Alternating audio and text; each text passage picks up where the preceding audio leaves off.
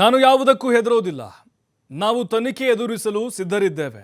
ಬೆಂಗಳೂರಿನಲ್ಲಿ ಸಿಎಂ ಸಿದ್ದರಾಮಯ್ಯನವರು ಹೇಳಿಕೆಯನ್ನು ಕೊಟ್ಟಿದ್ದಾರೆ. ಯಾವುದೇ ಕಾರಣಕ್ಕೂ ಹೆದರುವಂತ ಪ್ರಶ್ನೆನೇ ಇಲ್ಲ ಇಲ್ಲಿ. ನಾವು ಅದೇನೇ ಬಂದರೂ ಕೂಡ ಎದುರಿಸ್ತೇವೆ. We will fight. ಸಿದ್ದರಾಮಯ್ಯನವರು ಅದೇ ಅಬ್ಬರ, ಅದೇ ಗರ್ಜನೆ. ಯಾವುದೇ ಕಾರಣಕ್ಕೂ ಹಿಂದೆ ಸರಿಯುವಂತ ಪ್ರಶ್ನೆ ಇಲ್ಲ. ಕಾನೂನಾತ್ಮಕವಾಗಿ ಅದೇನಿದೆಯೋ ಹೋರಾಟವನ್ನು ಮುಂದುವರಿಸ್ತೇವೆ ನಾವು.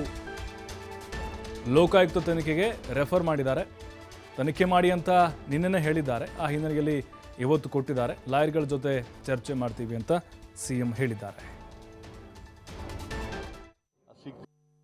ಜನಪ್ರತಿನಿಧಿಗಳ ನ್ಯಾಯಾಲಯ ನಿನ್ನೆ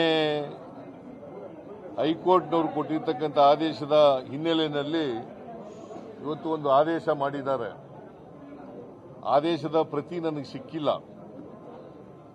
ಪೂರ್ಣ ಆದೇಶವನ್ನು ಓದಿದ ಮೇಲೆ ನಾನು ಸಂಪೂರ್ಣ ರಿಯಾಕ್ಟ್ ಮಾಡ್ತೀನಿ. ಅದರ ಮೇಲೆ ನಿಮ್ಮ ಕುತೂಹಲ ಅರ್ಥ ಆಗುತ್ತೆ. ನಾನು ಸಾಯಂಕಾಲ ಆಗುತ್ತೆ ಅದು ಸಿಕ್ಬೇಕಾದ್ರೆ. ನಾನು ಈಗ ಕೇರಳ ಕೊಟ್ಟಿದ್ದೀನಿ. ಅದರಿಂದ 6 ಗಂಟೆ ಮೇಲೆ ಅದು ಸಿಕ್ಕದು. ಆ ಸಿಕ್ಕಿದ ಮೇಲೆ ಸಂಪೂರ್ಣ ರಿಯಾಕ್ಟ್ ಮಾಡ್ತೀನಿ. ಈಗಾಗಲೇ ನೆನ್ನೆ ಹೇಳಿದ್ದೀನಿ, ನಾವು ಇನ್ವೆಸ್ಟಿಗೇಷನ್ ಎದುರಿಸಲಿಕ್ಕೆ ತಯಾರಾಗಿದ್ದೀವಿ.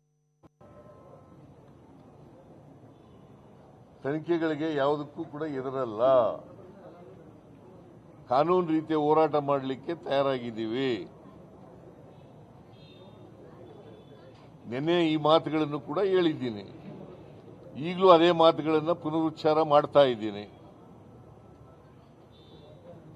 ಈಗ ನನಗೆ ಗೊತ್ತಿರೋ ಮಟ್ಟಿಗೆ ರೆಫರ್ ಮಾಡಿದ್ದಾರೆ ಲೋಕಾಯುಕ್ತಕ್ಕೆ ರೆಫರ್ ಮಾಡಿದ್ದಾರೆ. ಮೈಸೂರು ಲೋಕಾಯುಕ್ತಕ್ಕೆ ರೆಫರ್ ಮಾಡಿದ್ದಾರೆ. ಬಿಕಾಸ್ ಅಲ್ಲಿ ಕಂಪ್ಲೇಂಟ್ ಕೊಟ್ಟಿದ್ರು ದೂರುದಾರರು ಮೈಸೂರಿನವರು.